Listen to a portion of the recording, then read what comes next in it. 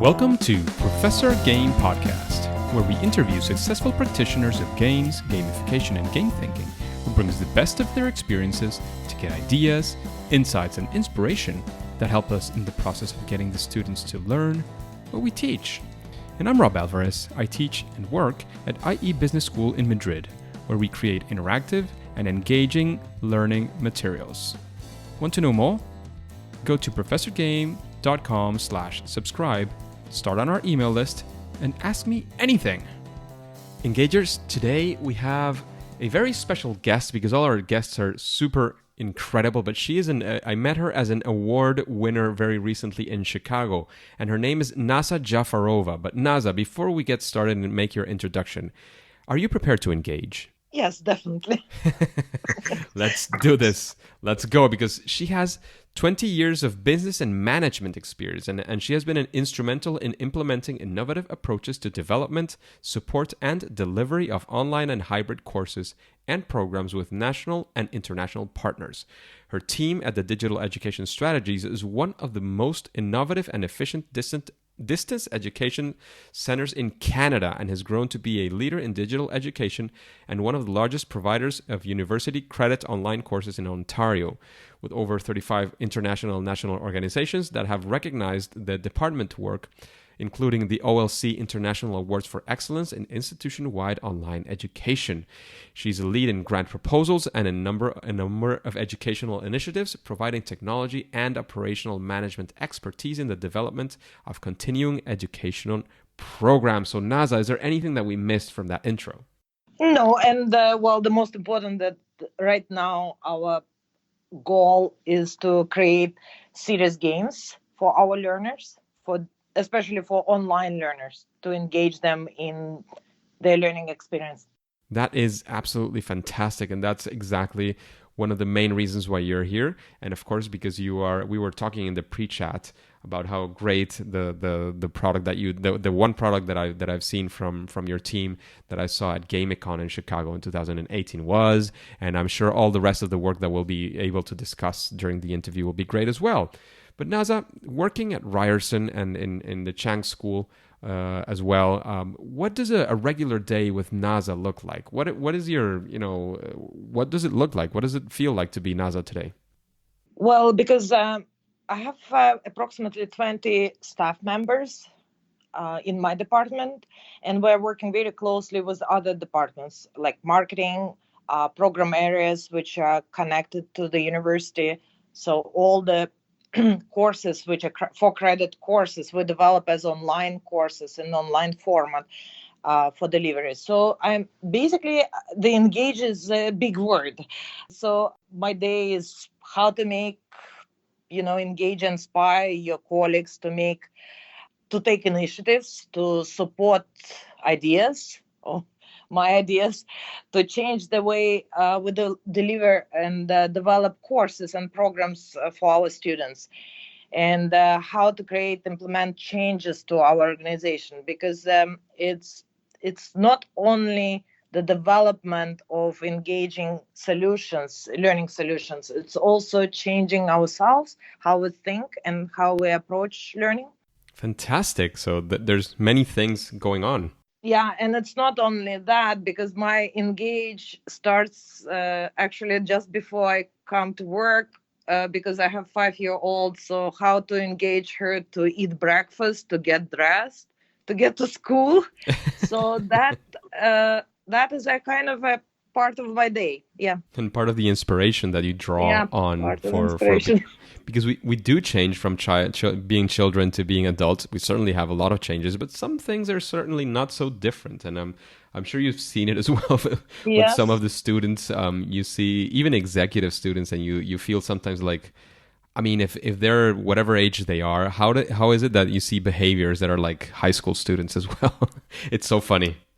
But Anyways, we would like to move on to some of the stories that we always like to have from our guests. And the first one is a radical change from what we've been hearing, because we know that you have all these awards, all these accolades, that you've been doing all this incredible work, but it also comes with, these learning experience, or these what we like to call favorite fails, or first attempts in learning. So what would you say is one of those stories, or your favorite story of a fail that led you actually to maybe future success, to a massive learning? Can you bring us to the ground level? We want to be there with you, Naza. Yeah, we actually the School of Nursing at Rars University, as well as two colleges in Ontario, reached to us and asked us to develop games with them, and they were talking about branching scenario games. So when we started, we jumped, of course, and we loved the idea, and we started the development. And then it's not that we failed now looking back, but it was so difficult to create the games in multidisciplinary teams. There, where we realized that all the dates, all the schedule is we couldn't basically deliver in time. We did deliver a good product, but it was through pain and suffering. So then at that point, we realized that we can't go ahead with the other games, because we have to understand how we effectively create games. Also, we always have to know that at universities, it is a challenge to get time from professors. So even if we provide them with instructional designers, game developers, the staff, faculty members, they have a limited time, and they are not necessarily have time to write long scripts and engage with us in game development. So when we start looking at some methodology to create to basically to create effectively and efficiently games, we realized that it's not much out there. So we actually went and ahead and designed the art of serious game design methodology. And it's specifically for multidisciplinary teams at universities, when you don't have enough time, and you have teams, support teams, but everyone has its own niche. Basically, we bring faculty member, instructional designer, game designer, and how we, in a very short time frame, we create the idea of the game. So for conceptual stage, when we get the information from the faculty members, their objectives, their vision, and we collect this information together with instructional design and game developers, then everything is at least might be a little bit easier to move on in game development. So we look, maybe I'm going ahead. Rob, let me know if I'm. Before we continue, I would like to know, from that experience that you had there, that maybe the failure could be on the fail, or the first attempt in learning was on the schedules, on the time that it took, on maybe the amount of effort that it required, which you were maybe not expecting. But what did you learn from that experience? What would be something that you would draw and say, look, after that, whatever, we would do things a little bit differently, or we would, from now on, we would have been doing this way. What would be that small, that nugget of advice that you could draw from that experience? The problem was that we assumed, and people sometimes assume, that if you put game developer with the faculty member, or instructional designer with faculty member, or just one or two people basically creating games, it's sometimes we will fail. We need a team working together. That we realize now, that we cannot bring just a game developer, because I will tell you, the game developers, they will steer the faculty members in a direction what they know. For example, if you and I have actually examples, not only our example, but the examples around Ontario, when faculty member will be introduced to game developer who knows C#. And then the whole game, it's about technology versus really pedagogy. that was a challenge, that game developers sometimes take away the, or don't understand or misunderstand the pedagogical framework of why we need the game and what is the purpose of this game specifically for the target audience for undergrad or graduate students in that class. So that's why we needed to put together very well multidisciplinary team together and keep going. We find that if even if we will put the one meeting with multidisciplinary team and then we won't get these people together till the end of the project, I will tell you there will be a problem. So it has to be continuously, actually this team has to meet on a regular basis. So to go back to the game design document and update it together.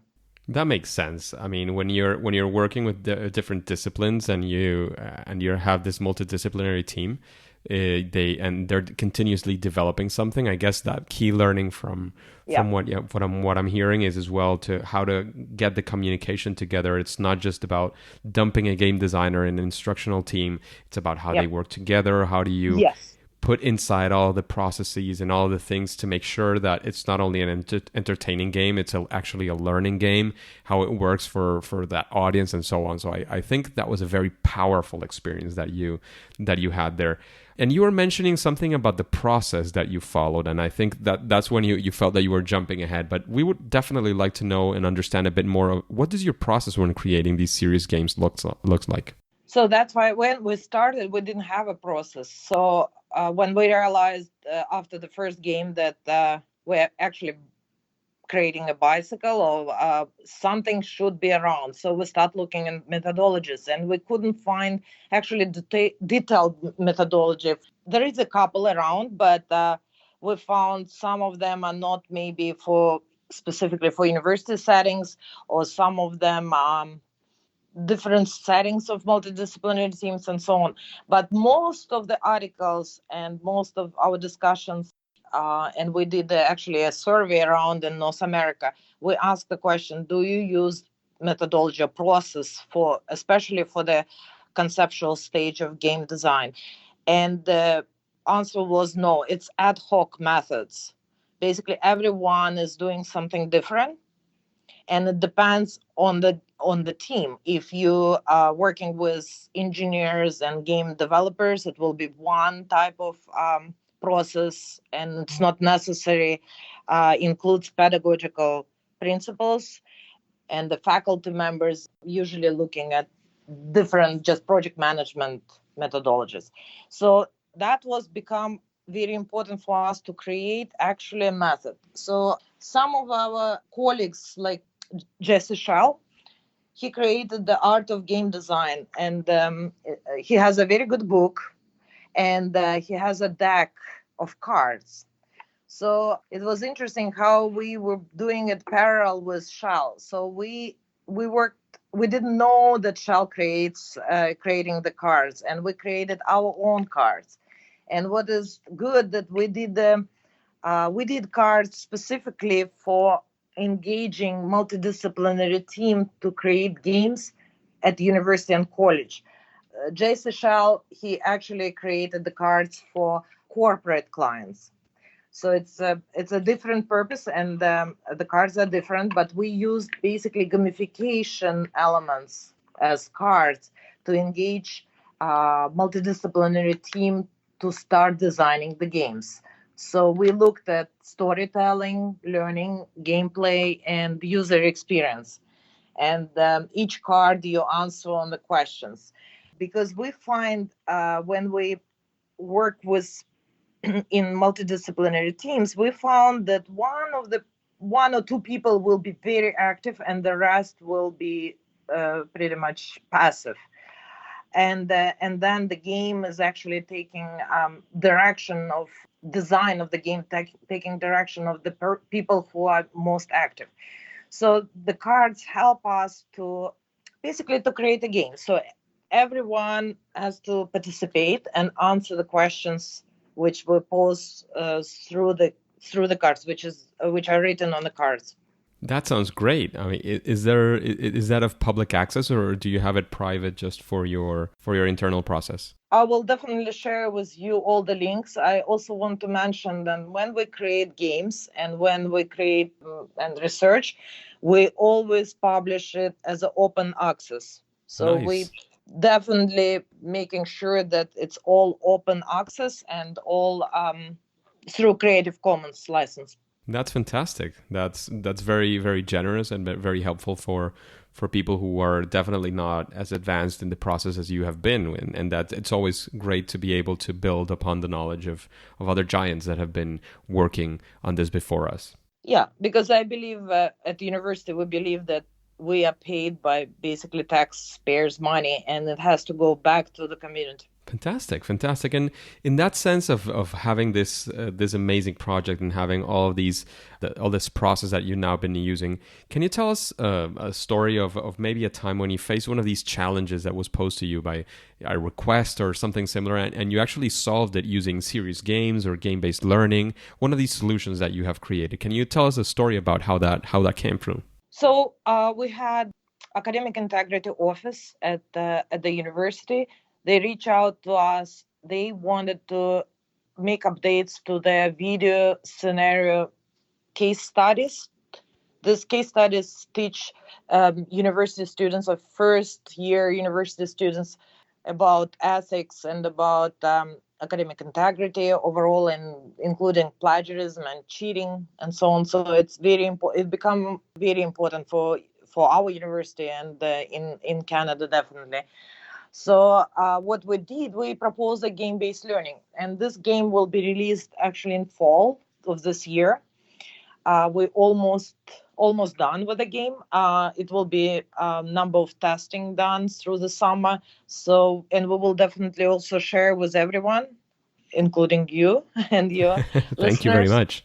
So this, so we did use our methodology when we went and started working with the Academic Integrity Office, because they never designed the games, and we didn't know the topic of necessary all the details about academic integrity. So we got together and using the cards, answering the questions, and the questions are easy. Who is the target audience? Very typical questions. What will be the story of the game and where the game situated, like storytelling basically, also as much as well as learning outcomes and how people will be engaged through gameplay. So we start development, and we were very successful. It was much shorter than we expected, and we believe this will help us to engage students when they do self-study, because this is self-study materials. No one can it we don't have enough even resources to make sure that all the students are going through academic integrity training. So we thought that game-based learning actually can help to motivate students and engage students with self-study materials. This is I hope that game-based learning actually can solve the problem of self-study, because we know very well when we post self-study materials online and ask, staff organization to go through training, it's very boring. It's usually typical PowerPoint slides or some multiple choice questions, some videos, but it's still, I find that people are not engaged as we wish them to be engaged. So we thought that maybe game-based learning can solve it. Yeah, because once again, the problem that you're observing is the engagement of the students, and that's definitely something to solve. There are also mixed or blended solutions where you, instead of having like, I don't know, 40 or whatever the amount of students that you have in your classes are, you could have a very large group of students who are taking the online class and maybe have access to a tutor who can help them out, and then maybe have some sort of, maybe not exactly a test, but something that towards the end you're able to make sure that they sort of understood the concepts, or they reflected upon the concepts that you're expecting them to go through. And I think that is a very exciting moment as well, to see how it goes through the first iteration of that game, and see how it goes, and maybe make some improvements if that's necessary as well. Just a quick break before we continue. Are you enjoying this podcast? If you're listening through a podcasting app, please subscribe and rate us on the app. This will be of great help to reach more engagers so we can change the world together through gamification. So Naza, now that we've been talking about your process, some fail, some success as well, and all the key learnings that we've gotten from that, what would you say is something that you would consider like a good practice or a best practice, something that almost any game-based learning approach could benefit from using?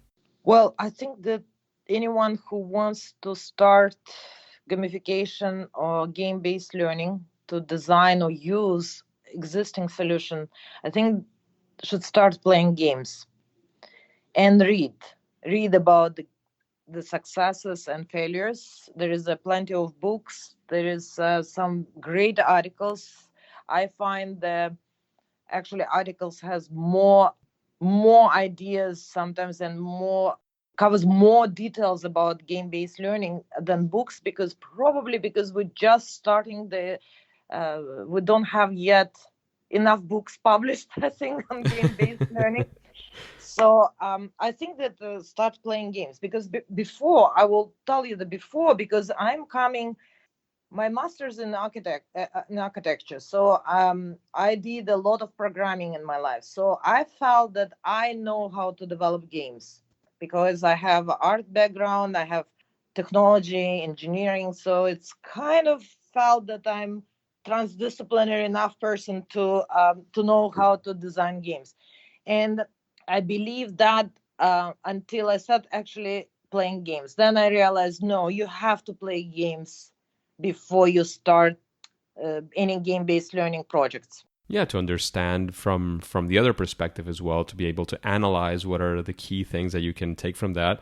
Yes. And again, both in video games, in board games, in card games, and sports, and I mean, there's a huge plethora of things that you can learn from, and that you can see how people are engaging in those games as well. Like try to see it from the fences and see how people are engaging with those games.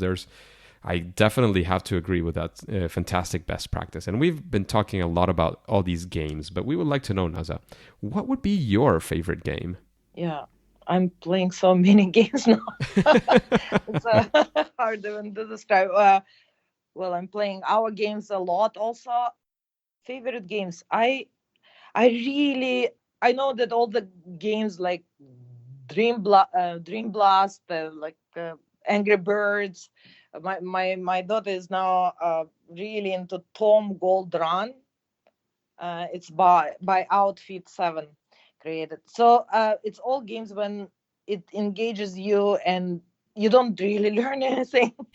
You just because of repetitiveness, you go into flow and it keeps you engaged. But I learned a lot from Oregon's Trail. Believe it or not, Oregon's Trail is actually where I learned a lot. I actually used Brian Wynn's.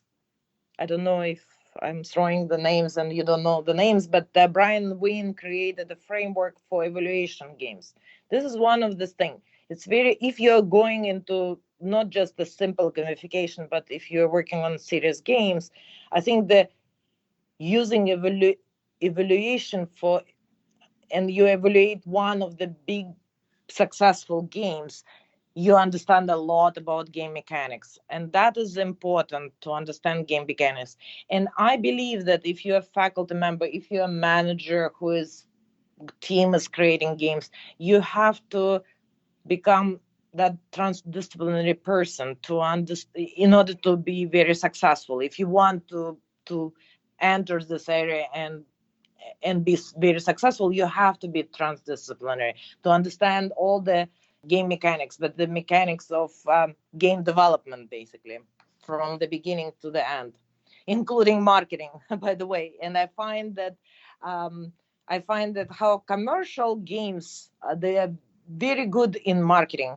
And we, from learning industry, from university and colleges, there is excellent games, but we're not using marketing well to market our products, because we created approximately, now we have around 7 games, and we didn't make any effort to market them. That's fantastic. That makes a lot of sense. And Oregon Trail, as you started mentioning at the beginning, is one of those epic learning games from history, and there's a lot to learn and there's a lot to develop starting from that point. Yeah. And Naza, is there anybody that you would like to hear in an interview like this one in Professor Game? Yes, definitely. I would love to hear from Dr. Hirumi, or his short name is Tusi. He's associate professor of instructional technology at the University of Central Florida. He's actually published dozens of articles on game and gamification, and he is very well known for his presentation in international national conferences. So he's himself teaching instructional designers how to create serious games. That sounds like a fantastic guest, Yeah. and I hope to meet him when I go to Orlando in the Serious Play conference, and I'm sure he'll be there as well. Mm-hmm. Yes. So in that same sense, you were mentioning resources that people should have. One of them is playing games, and the other one is reading books and articles. But in the sense of books, what book would you recommend to the engagers to read, and why? Well, I'm actually looking right now. Didn't finish reading, but there is a book, How Playing Games Can Solve Problems, Create Insights, and Make Changes.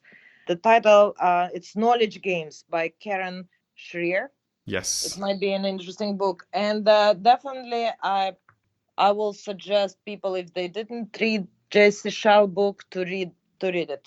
The Art of Game Design. The Art of Game Design. It's a fantastic book. I can just look back in my book drawer and see my copy of that book as well. That's right next to quite a few others which I enjoy very much. Yeah, but we do need more books. Yes, and to be completely fair, I mean, if you say, for example, marketing, there are tons of like books for teaching marketing. It's not just a book for, raising the awareness or talking about maybe your framework and so on. It's a book that has, beyond academic integrity or not, it's also designed to be used for somebody else to teach that as well, and that's something we still don't have. It's still an area that is in having great developments as well.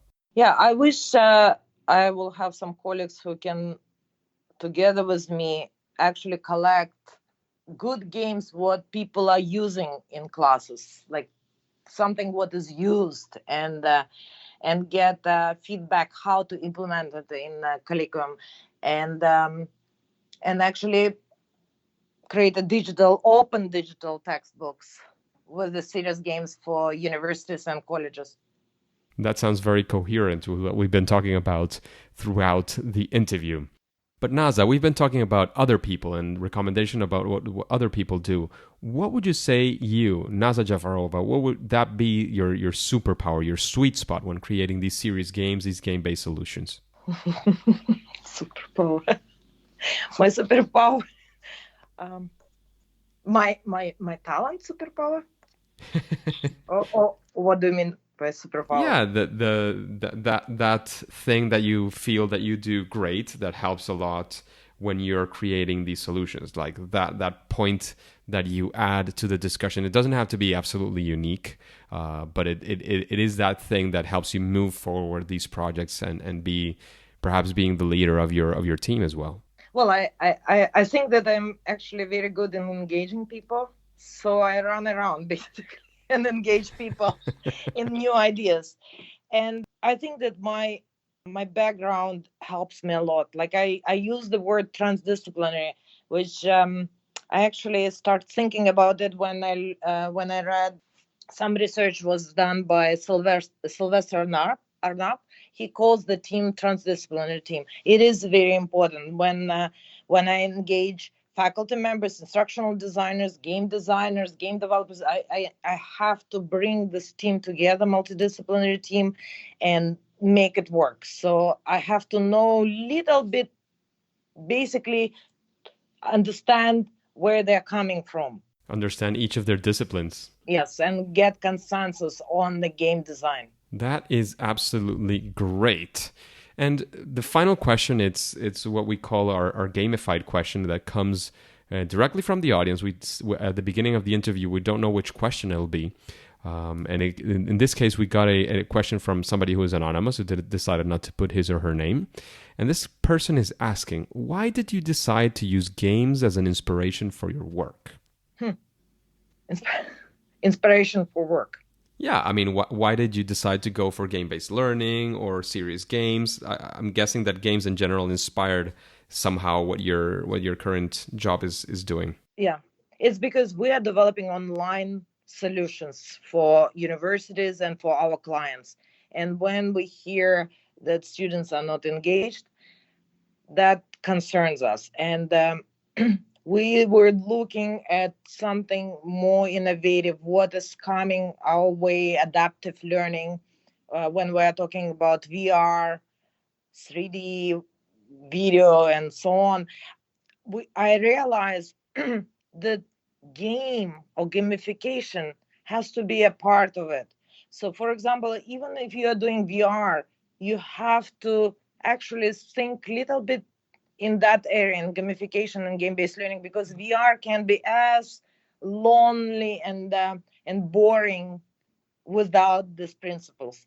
Yes. So for me, games, principle of the game, become very important for motivation, engagement of our students. So you basically almost bumped into it and realized that it could be extremely useful for what you were doing in your daily endeavors. And I think that's probably one of the best places to find it at, because you come at it not with a certain degree of I don't completely trust this. I'm going to try it out and see how it goes. Yep. And then, of course, if it does work, you're even if you tested it out in that sense, you can move forward at a faster pace, because as well you have a great team that's working with you. Yes, and it's art. We shouldn't forget the game is art, and that is a lot of fun developing games. So I was also looking into some way to inspire the team. Instead of just working on the lecture style online courses, we now bring a lot of fun developing games and actually delivering it to our students. That sounds fantastic and very inspirational. So there you go, Engagers. There's a lot to take from that, from all the things that Naza said in this and all of the previous questions. Naza, if there's anything else that you want to leave us with, any final piece of advice, then please let us know where we can find more information about you, about Naza, the work that you're doing at the university or anywhere else. And then we'll say it's game over. So I will be definitely sharing all our resources, and please use them. We have framework methodology. We have all our games are open, and I just want to say that we're here to share our knowledge. So anyone have questions, please connect with us. Fantastic. Where can we find you in the world of the internet? On the internet, maybe through LinkedIn, the easiest, by my name, and all other way is de.ryerson.ca. Great. We'll have that in the show notes. So if you want to find all of these links, you can just go to professorgame.com, type Naza, Naza, and you'll see all of the show notes, all the links. You'll see how to spell Naza's last name, which is not an easy one, just from hearing me do a terrible pronunciation. And you'll find all of these links. You'll be able to connect with her on LinkedIn if you want. You'll be able to find the webpage that she mentioned, and you'll be able to connect and ask any of the questions that are burning inside and that you want to make sure are answered by Naza. However, our time for today has run out, and now it's time to say that it's game over. Game over. Engagers, it is fantastic to have you around. And this podcast only makes sense with you, so please, let's connect on Twitter so you can let me know of different things, your opinion, who would you like as guests, if you have any questions, what we can actually help you with through Professor Game. You can find my Twitter account in professorgame.com/Twitter. I'm always open and sharing content on gamification, especially around education, learning, and training. Hey, wait, don't click continue yet. Do you want to know how to be an optimistic skeptic in gamification? Then all you have to do is subscribe using your favorite podcast app and listen to the next episode of Professor Game. See you there.